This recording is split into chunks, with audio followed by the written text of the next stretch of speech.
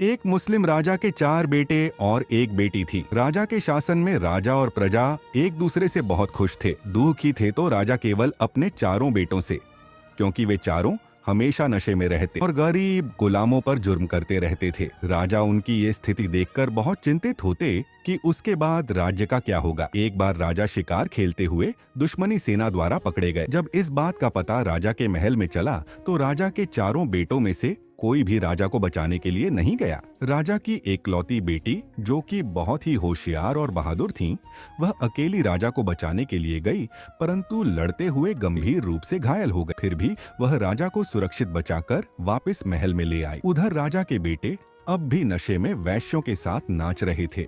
इन सब की ये स्थिति देखकर राजा ने एक दिन एक निर्णय लिया और अपने बाद राजगद्दी अपने किसी बेटे को न देकर अपनी बेटी को देकर उसे पूरे राज्य की राजा घोषित कर दिया। लेकिन राजा के इस फैसले ने उनके दरबार और समाज में हलचल मचा दी। उनके सलाहकारों और दरबारियों ने इस फैसले का विरोध किया।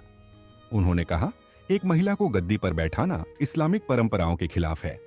लेकिन राजा ने दृढ़ता से उत्तर दिया, इस्लाम में कोई लिंग भेद नहीं है। मेरे लिए वह उत्तराधिकारी बनेगी जो योग्य हो, चाहे वह पुरुष हो या महिला। जानते हो वह राजा कौन था? वह राजा था इल्तुतमिश, जिसने 13वीं शताब्दी में एक महिला को पहली बार राजा बनाया था। इल्तुतमिश की यह कहानी हमें क्या सिखाती है? यह हमें सिखाती है कि इस्लाम का असली संदेश न्याय, समानता और योग्यता का है।